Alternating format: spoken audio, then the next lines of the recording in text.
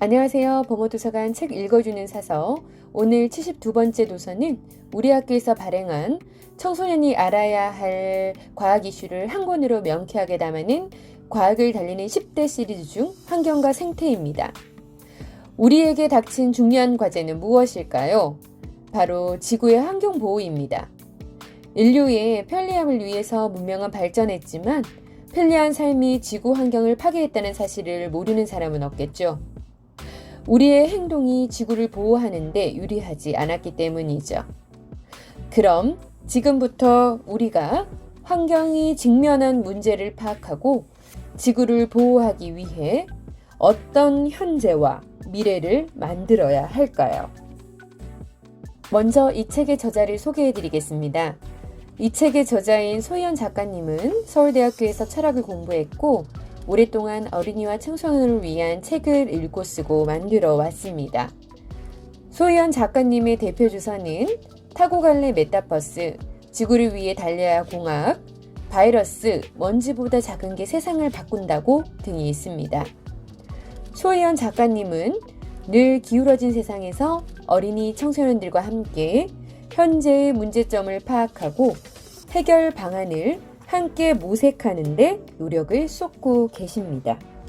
그럼 이 책에는 어떠한 내용들로 구성되어 있는지 살펴보도록 하겠습니다.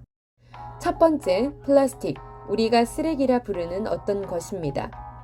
플라스틱은 가볍고 저렴한 특성 때문에 일상생활에서도 수많은 제품과 포장에 사용되고 있습니다.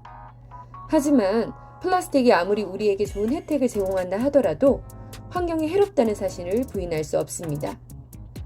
여러분들은 아시나요? 플라스틱의 90% 이상은 화학비료, 농약, 석유, 천연가스와 같은 화석연료로 만들어집니다.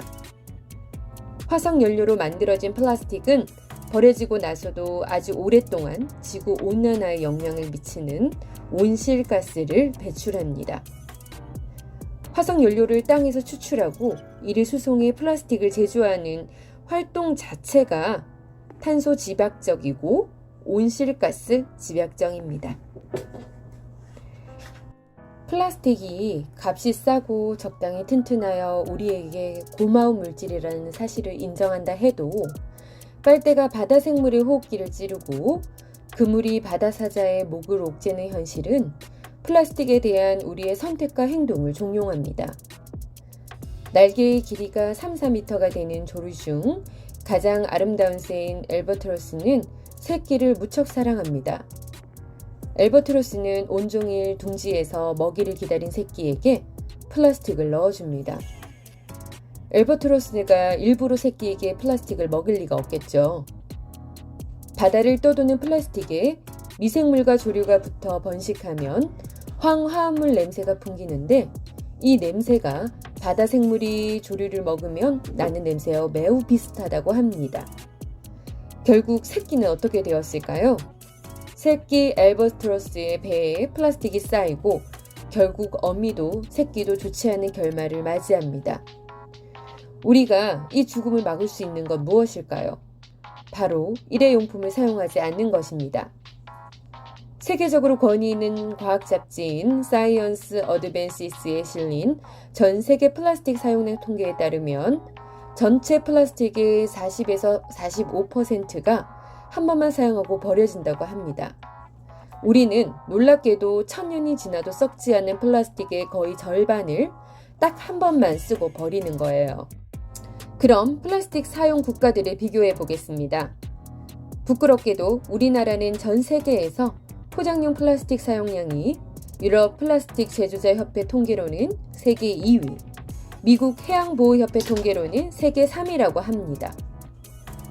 환경보호단체인 그린피스는 한국에서 1년간 사용하는 일회용 페트병 약 49억 개로 지구를 10바퀴나 두를 수 있다고 하니 조금 많이 부끄러운 일이죠. 그럼 이러한 사실들을 우리는 책을 통해서 알고 우리가 할 수 있는 일은 무엇일까요? 지금 몇몇의 기업들이 종이 빨대로 플라스틱을 대체하고 있듯이 빨대의 소비를 줄이고 플라스틱 없는 삶을 실천하는 것이 지구를 위해 무척 중요한 일이겠죠. 두 번째, 지구를 아프게 하고 있는 요소 중 하나, 바로 화합물질입니다. 지구 오존층을 파괴하는 대표적인 물질에는 냉장고의 냉매, 스프레이 등에 쓰이는 프레온가스, 소화기 등에 쓰이는 할론가스와 같은 합성 화합물질과 일산화탄소, 이산화질소 등과 같은 화합물질이 있습니다. 여러분들도 아시겠지만 2021년 하와이와 태국에서 산호초를 파괴하는 성분이 들어간 자외선 차단제 사용이 금지됐었습니다. 옥시벤존, 옥시논세이트, 부틸파라펜 등이 들어간 선크림 판매와 유통이 금지되었고 이를 어기면 약 340만 원의 벌금이 부과됩니다. 남태평양의 섬들에서도 이미 판매 금지가 됐는데 선크림이 포함된 옥시벤존은 올림픽용 수영장 6.5개 규모의 물에 단 한 방울만 들어가도 악영향을 미친다고 밝혀졌습니다. 우리는 화학 물질로 둘러싼 이 세상을 벗어나 살 수는 없습니다. 그러나 화학 물질이 나쁜 것만은 아닙니다. 코로나 바이러스를 없애주는 소독제가 없었다면 우리는 무척 힘이 들었을 겁니다. 가장 중요한 건 무엇일까요? 인공과 자연, 합성과 청연을 가르기보다는 그게 무엇이든 덜 만들고, 덜 쓰고, 덜 먹고, 덜 버리는 삶은 어떨까요? 이 밖에도 이 책에는 기후변화와 에너지, 생물 다양성에 관한 과학 이슈가 나옵니다. 저자는 우리의 지구 환경이 지금 처한 상황을 정확히 인지하고 앞으로 지구와 환경을 보호하기 위해 우리의 실천하는 삶이 중요하다고 책을 통해 말하고 있습니다. 누군가 지구를 구할 때까지 기다리고 있지 마세요.